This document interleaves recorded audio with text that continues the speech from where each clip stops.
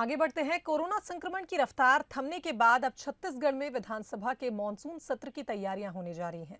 बताया जा रहा है कि विधानसभा का मॉनसून सत्र 26 जुलाई से शुरू हो सकता है।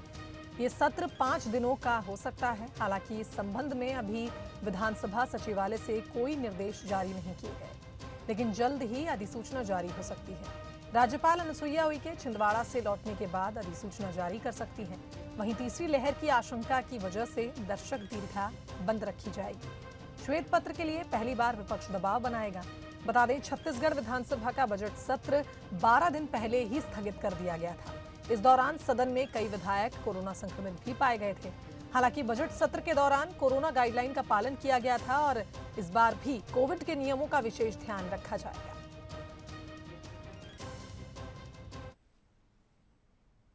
तो इस खबर पर हमारे साथ न्यूज एडिटर अभिषेक शुक्ल लाइव जुड़ गए हैं। अभिषेक जी, एक तरह से कहा जाए बजट सत्र की बात की जाए, उस टाइम पे कोरोना गाइडलाइन का पालन किया गया था और अगर मॉनसून सत्र का आगाज होता है तो इसमें भी कोविड के नियमों का पालन किया जाएगा, क्योंकि कहीं ना कहीं तीसरी लहर की आशंका बनी हुई है। और क्या कुछ जानकारी विधानसभा बजट माफ कीजिएगा इस सत्र के शुरू होने की?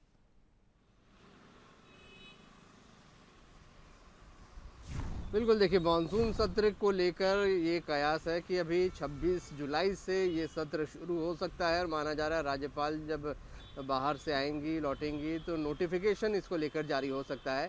ये एक अंदाज़ा फिलहाल लगाया जा रहा है कि मानसून सत्र 26 जुलाई से हो सकता है।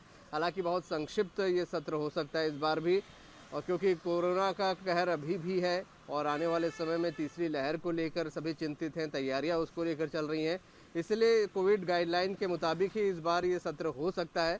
दर्शक दीर्घा पहले की तरह बंद रखी जा सकती है।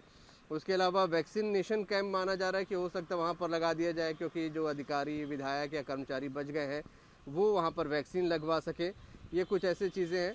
उसके अलावा अगर अंदर की बात करें सत्र में, तो सरकार हो सकता है अनुपूरक बजट ले आए। कोरोना को तीसरी लहर को लेकर कुछ बातें वहाँ पर हो सकती है, किस प्रकार की तैयारियाँ हैं, कैसा सरकार कर रही है, ये बता सकती है। उसके अलावा विधायक निधि की बात है, विधायक निधि को लेकर भी कुछ वहाँ पर बातें हो सकती हैं, क्योंकि विपक्ष लगातार मांग कर रहा था। हालांकि ये सरकार की तरफ से साफ कर दिया गया कि विधायक निधि अब लौटा दी जाएगी, कि जो कि कोरोना के वैक्सीनेशन के लिए यहाँ पर ली गई थी। अब वैक्सीनेशन क्योंकि केंद्र फ्री कर रहा है, इसलिए विधायक निधि को लेकर बात हो सकती है। संक्षिप्त सत्र होगा लेकिन हंगामेदार हो सकता है। विपक्ष बहुत से मुद्दे, धान के रख रखाव से लेकर कानून व्यवस्था, महिला जैसे कई मुद्दों पर यहाँ पर हंगामा कर सकता है।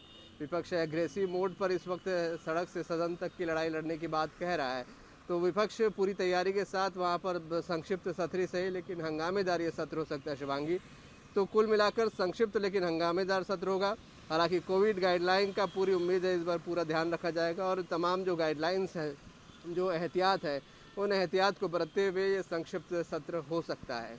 बिल्कुल अभिषेक जी, धन्यवाद आपका तमाम जानकारी के लिए। तो बता दें, कोरोना संक्रमण की रफ्तार थमने के बाद अब विधानसभा के मॉनसून सत्र की तैयारियां होने लगी हैं और 5 दिनों का ये सत्र हो सकता है। बताया जा रहा है कि संक्षिप्त से रखा जाएगा और जैसा कि अभिषेक जी का कहना था कि ये सत्र हंगामेदार हो सकता है, क्योंकि विपक्ष ने कई तरह की तैयारियां कर रखी है किस तरह से सरकार को घेरा जाए, क्योंकि सरकार के 2.5 साल भी पूरे हो चुके हैं और विपक्ष हमलावर है। देखना होगा मॉनसून सत्र 26 जुलाई से शुरू होता है या नहीं।